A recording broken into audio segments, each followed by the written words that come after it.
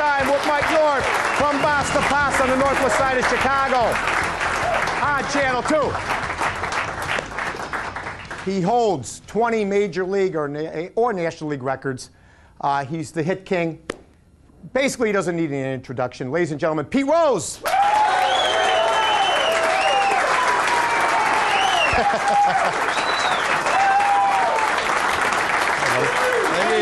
at this.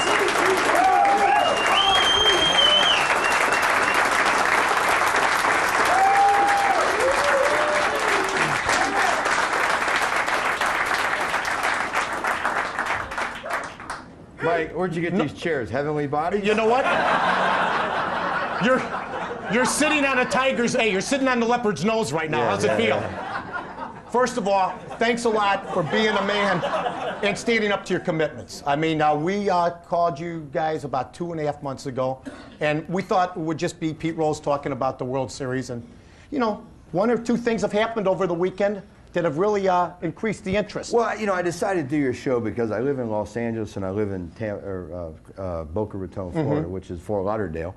And I figured I'd use your show one of those times when I'm going from coast to coast to get a free airplane ticket. And you got one. Yeah, I got one. Hey, you know what? No problem. I'm going back to Florida tonight. Nobody talks baseball with you anymore. It's always about the gambling stuff. We're going to talk very, very briefly on the gambling. We're going to get this stuff out of the way, then we're going to talk John, baseball. go ahead, baby. Okay, you ready? First of all, he's not built like John Dowd, is he? No, come on. Now, John Dowd's a big fat guy now, right? You stuck him with it. He's a bitter guy. He is very bitter. I've read his comments the last 2 days. He says you're in debt to the mob, and you owe money, you got to keep doing these shows because of this and that. And my legs are still straight. That's right. That's the point. If you owed the mob a lot of money, would you be sitting here right now? I doubt it. Yeah. And but he's talking, you know, back in 1989. I mean, he just, you know, it was amazing the other night, you know, at the celebration, and, you know, I'm standing between Musial and Aaron. Ted Williams is sitting next to him. Willie's next to him. You know, Koufax is right in front of me. I mean, Mike Schmidt. I mean, you know, and the people were into that celebration, and. You know, I always got along with Jim Gray. I have nothing against Jim Gray. And all of a sudden, he's over there talking about John Dowd. Totally caught me by surprise, the interview. Well, I got to ask you about this. We talked to your agent today. Your agent said that Jim Gray said to him that I got some inside information that will get Pete Rose back into baseball. It was almost like he wasn't sure whether you guys were going to do the interview or not. Is that true? Well, yeah, that's what he told Mike Schmidt that, and he told my agent that. And, you know, I was surprised he asked me to do the interview anyway, because if I'm Jim Gray, I'm going to talk to Ted Williams, or I'm going to talk to Hank Aaron. Now, you're the story, though. Well, yeah, but when he asked me to do the interview, he had no idea what kind of introduction was going to be made or the response to the people. No one did. No one knew. I mean, no one knew if they were going to clap or they were going to boo or they weren't going to do anything. I mean, Jim Gray's not smart enough to know how the response of the people was going to be. I didn't even know that. I had a sneaky suspicion when I walked out of the dugout, you know, and they had that big TV screen there that they put all the replays on, and before we were introduced, the camera panned in on every player walking out there. When they put me with the Reds hat on, everybody kind of made a reaction, so I knew it was going to be good news for me. But even if indeed he told you he had some inside information, or told your agent he had inside information, wouldn't it have been natural for you guys to ask him at that time, what's the inside information, instead of just trusting him on that deal? Because he said, we got inside information, this is going to be the greatest interview for you in the history of your life. And I said, okay, I'll do it anyway. I'm surprised you asked me, but I'll do it. And he walked away, and I looked at my agent, I said, is he going to talk to me about gambling? And he says, no, you just heard what he's going to say. You know, you just heard what he said he's going to do. I said, all right, you know, this is kind of a neat night, because in a 45-minute period of time, I know it's nothing like your life, but this is pretty exciting to me.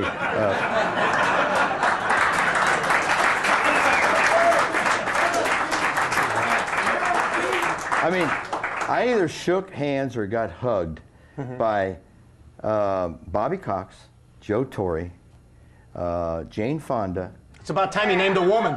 Ted Turner, Jimmy Carter, and Jesse Jackson, all within a half-hour period of time. Did you have your wallet still with you after that? Right. I don't know what I said to Jesse because, you know, when I saw Joe Torre and I saw Jesse and I saw Paul O'Neill and Jeter is right after the interview, and I was kind of pissed. You know, I didn't really show it on the interview. You were aggravated afterwards. I was kind of caught by surprise, and I don't know what I said to Joe. I don't know if I talked to Jesse about the rainbows or whatever it was. I don't know what I said. Well, I want to get this stuff out of the way real quick. Have you ever bet on baseball? I'll tell you the same thing I told people back in 1989. That's the people who sung to me in New York. And I told them at that time, and I'll tell you at this time, no. Okay. Okay. If baseball said to you, we will let you back into the game, you can manage whatever you want, and you could go to the Hall of Fame. If you admit to betting on baseball, even if you didn't, it's almost like a plea bargain thing, and guys have done it, you know that, would you do it? No, no way. I wouldn't never consider it. I wouldn't even consider an opportunity if they said you can go to the Hall of Fame, but you can't get back into baseball. I'm a baseball person, man. I belong on the field. I want to be a manager of a baseball team. As far as I'm concerned, this is going to sound funny to you, in 1989, I signed an agreement with the commissioner at that time, Bart Giamatti, that there's no finding I bet on baseball and no denial on my part. Now, I just broke the agreement by answering your question. Why won't you sue baseball, get a lawyer that will go on retainer? Oh, I get a lot of lawyers because I'm not looking for a fight. You know, I'm given.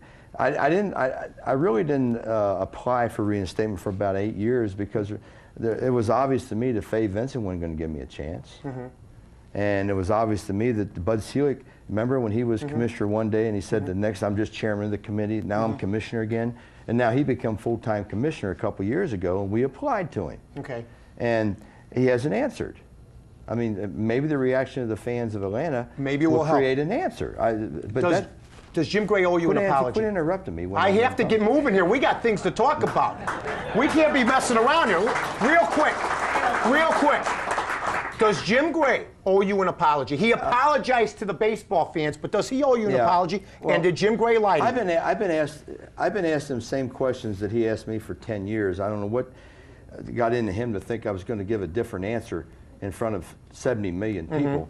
The only problem I have with Jim is this: that timing is everything.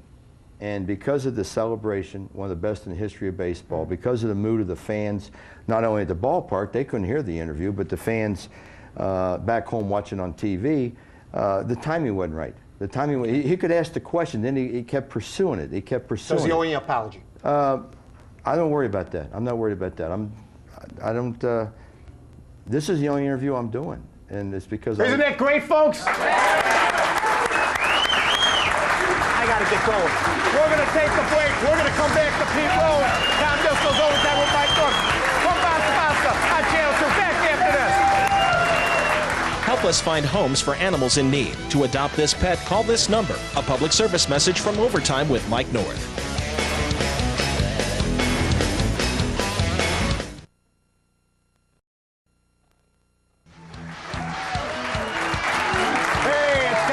Overtime with Mike North from Basta Pasta on the northwest side of Chicago with Pete Rose. By the way, the website, if you want to ask next week's guest a question by the website, remember when it was just newspapers back when you broke in back in 48? www.cbs2chicago.com. 47, sorry. Bob Probert will be our guest from the Blackhawks next week. Yeah.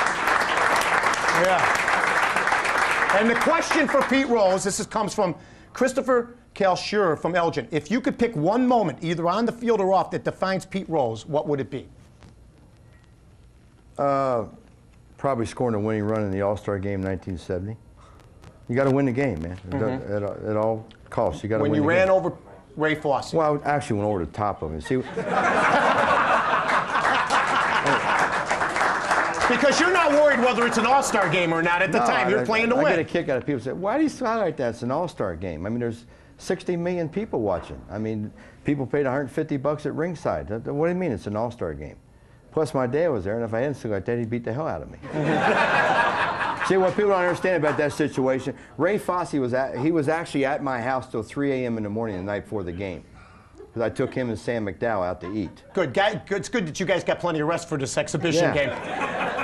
Yeah, they kept me up late because I had to go to the ballpark at 8 o'clock for a sit-around with Ted Williams and Mickey Mantle and those guys, and they didn't want me to get any sleep at all. That's why it took us 12 innings to beat those guys. Now, do you talk to Ray Fosse now? Have you talked to Ray Fosse Yeah, I used to since? talk to him every year when we went to San Francisco because he run the Speakers Bureau for the Oakland A's, but now he does the play-by-play on the Oakland A's, so don't get to see him. Or I don't go to San Francisco anymore with the Cincinnati Reds. And I don't go anywhere with baseball. Right. Except you are banned from the game, but you were on the field. I don't get that. Yeah, I was on the field, wasn't I? How does that happen? This is the first time. I really appreciate Bud letting me be. That's like I told him. I really appreciate you letting me be part of a small part of this big deal. Why? I mean, America spoke. I mean, America vote me in there.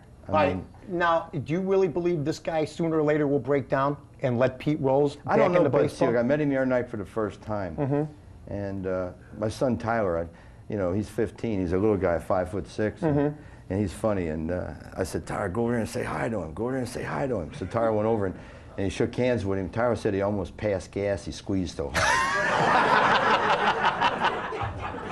He didn't really say it like that, Yeah. but that's, you know what I mean. I understand how he said it. I want to talk about Johnny Bench. I believe that Greatest catcher ever. he was a teammate, but Yeah. to me, he comes across. He was your teammate. I mean, did you guys ever have a problem when you were teammates? He's a rat. I mean, all the guy does is down No, you. he's not a rat. He don't understand, Mike. The problem with Johnny is this, and I've said it before, and I'll say it again, that Johnny believed everything that he heard back in '89 when the investigation started. And he's put himself into a corner because, a little bit like Bud, I mean, if you badmouth somebody enough, and if you say you can't do this enough times, then you can't do it. And now if Johnny changes his mind, then now he's a hypocrite. Did you talk to him at the game? Sure, I talked to him all the time. Was he? I took his little kid around for a half hour, Bobby. I get along with Johnny. It's just that when Johnny talks about me being in the Hall of Fame, Johnny is one of those guys who believes I bet on baseball. And you're not going to change his mind. And I mean, my question to you would be, if you ever have Johnny on the show, okay? I'll never have him on the show. Well, why not? You look at Johnny and you say, won't. Johnny, let me ask you a question.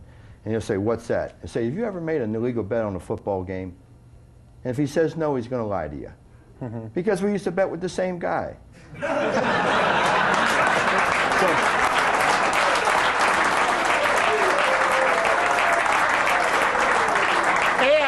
And I want to. Wait, and that was wrong. I mean, so just just put a lid on it. Just put a lid on it. I mean, Right. It's like I made mistakes, and everybody knows I'm sorry for the mistakes. And some people will let you go on with your life, and other people won't. Faith- I mean, I'm sorry that they named a street after me in Cincinnati. You know, that seems to offend Johnny. I mean, I'm not mad because they named a high school after him in Bangor, Oklahoma. Cincinnati is my hometown. Right. Cincinnati is my hometown. I mean, they're having 50,000 people in downtown Cincinnati Friday because they're demanding an apology from Jim Gray. And to congratulate me on being on the team of the century. I don't know if they're doing that in Bangor, Oklahoma or not. I don't know. But they are in Cincinnati. We're going to take a break. We're going to talk more to Pete Rose on Tom Driscoll's Overtime with Mike North. Live from Boston, Boston, Northwest Side. Back with more after this. Email us a question for next week's guest at the CBS2 Chicago website. If we use your question on the air, you'll win an official Overtime t-shirt.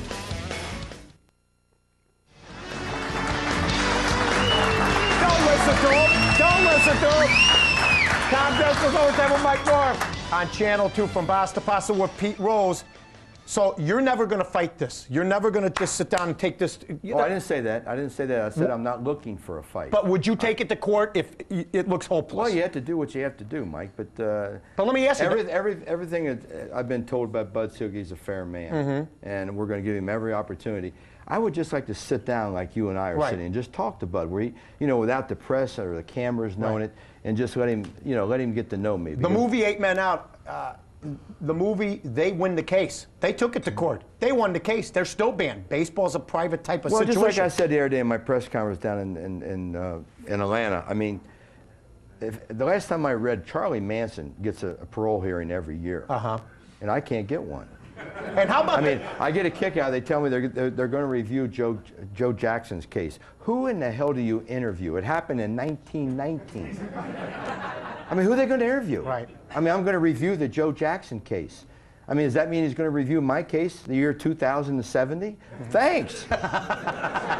Thanks. Let's talk about integrity of the game. Doc Ellis said he pitched on LSD. Darryl Strawberry has done cocaine. This seems to be a consensus of why you get aggravated, because all these guys have done things. There's two sad scenarios in my case, and I think we have time to explain them. And one is this, that everything I admitted to, if my hometown would have been any town in Nevada as opposed to Cincinnati, it's illegal.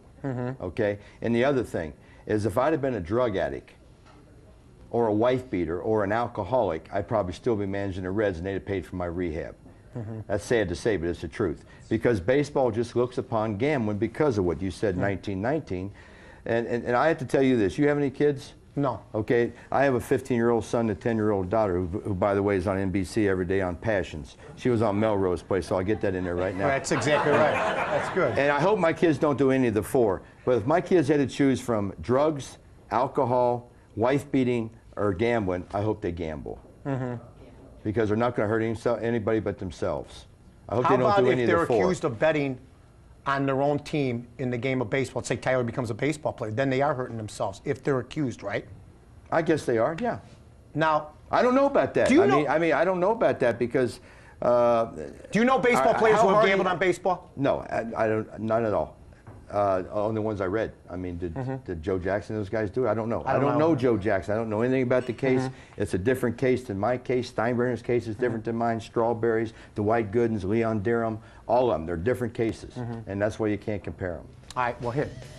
We're going to let you go. Before we do, this is from the guys at Science Success. In Chicago, it says Charlie Hustle on it, and that's what you were. Pete Rose. Pete, thanks a lot, buddy.